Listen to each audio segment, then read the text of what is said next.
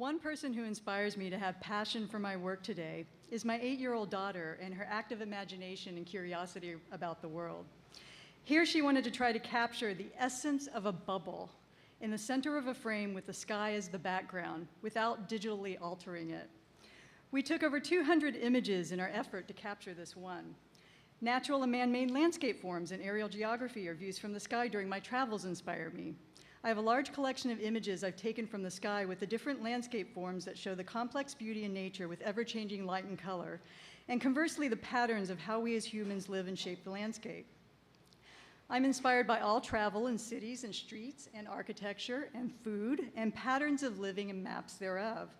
And the city is an open-ended experiment, and the map is a register of aspects of those experiences and culture, and how the representation of cities can have different meanings depending on how they are rendered. Beauty and details in everyday objects, such as these stainless steel cups and my sketchbook where I record these things and what I see and my whimsical ideas, and let my imagination run free with my thoughts of design and making and art and architecture. It's about what I see. I'm always curious about the world and recording it. I'm inspired by interesting public spaces and culture, and the fact that the city of Perugia in Italy still has the passeggiata, or the art of walking and talking on certain evenings in outdoor spaces that are in planned streets and piazze with design statutes dating back to 1279, indicative that beauty is a public service and that the spaces between the buildings are just as important as the buildings themselves. El Anatsui's sensuously and sculpturally woven pieces where he took discarded bottle caps and shafts found everywhere in Nigeria to create units or blocks of texture for pieces with meaning and beauty to show us another way to stretch artistically. I love walking and biking and the idea of making the built environment of a better future and the possibility that we could all have interconnected bicycle superhighways, like they are developing in and around Copenhagen as part of their effort to be carbon neutral by 2025 on the left, as well as using new technologies such as this PaveGen product on the right that produces electric energy through human movement. Louis Berrigan's planes and volumes of color in his work are like they're like 3D paintings that you inhabit, as well as his interweaving of indoor and outdoor spaces to create a whole environment that transcends the everyday. Berrigan always used raw materials like stone or wood and combined them with his creative use of light and color. Creativity in a studio inspires me, a place where you come to reflect and to think and to start a new idea, with the act of bringing something into being that did not exist before, and looking at the world in a different way and seeing what the work can suggest, and that one should follow one's creative intuition to allow for a broader exploration. I've always been inspired by the vibrant vermilion red in Vermeer's painting Girl with a Red Hat on the left, and by Alvar Aalto's experimental house on Maratsalo Island in Finland. It was an experimental laboratory in materials and textures combined with a playful approach, whereby the proximity of nature offered inspiration for form and structure. Ruth Arasawa's wire series work that she weaved by hand with forms inside of forms with such grace and intelligence and elegance has always inspired me. I read extensively and am always looking at work in all worlds like Asawa's because I believe there's a close interrelationship of art, sculpture, science, music, technology, and architecture. Hayao Miyazaki's incredibly imaginative depiction of the wind, like it is a character like it's a character in itself in almost every movie he made, inspires me. To see wind, you have to see motion. In grass, clouds, water, fabric, it's hard to capture in a still. It is the art of motion like dance. Think about it. How would you capture and show the wind?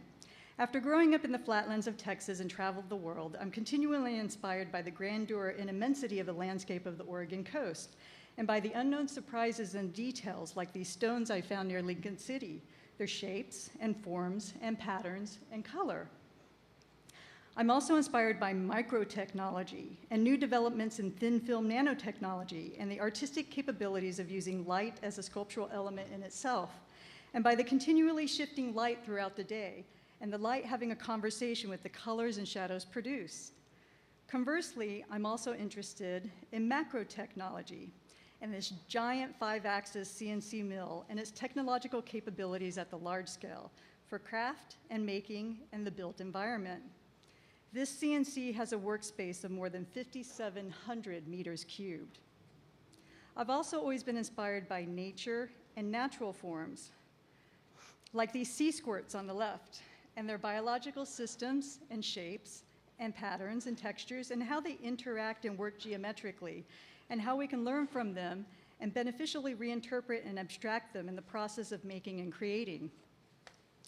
I have always been inspired by my grandfather's drawings, paintings, and lithographs depicting the urban and rural landscapes of the Midwest in the 20th century, and by my family's support to pursue my art and architectural interests. Since I was 6, I would accompany my grandfather every summer in Tulsa, Oklahoma, to sketch at industrial sites and train yards with my folding seat and sketchbook. I'm also inspired by optical perception and neuroscience and the strong connection between the eyes, hand, brain, and in the work that people like Dr. Bruce Wojciechowski and Jeff Slimjin are doing to show that the brain has immense capabilities to readapt itself to relearn patterns of sensory perception and perceptual experience. I'm also inspired and fascinated by dancers' movement, such as the Diavolo dancers here, and their keen sense of proprioception, or position in space, and their expertise in spatial reasoning, in knowing how high, how fast, and at what angle and rotation their bodies are supposed to go in space. And last but not least, I'm inspired by industrial forms and this ever-changing rooftop industrial sign in Southeast Portland that has taken on its own character and regularly has a new personality dependent on the weather, light, color, and material applied to it. I have taken numerous portraits of this sign as playful inspiration from my own work. Thank you.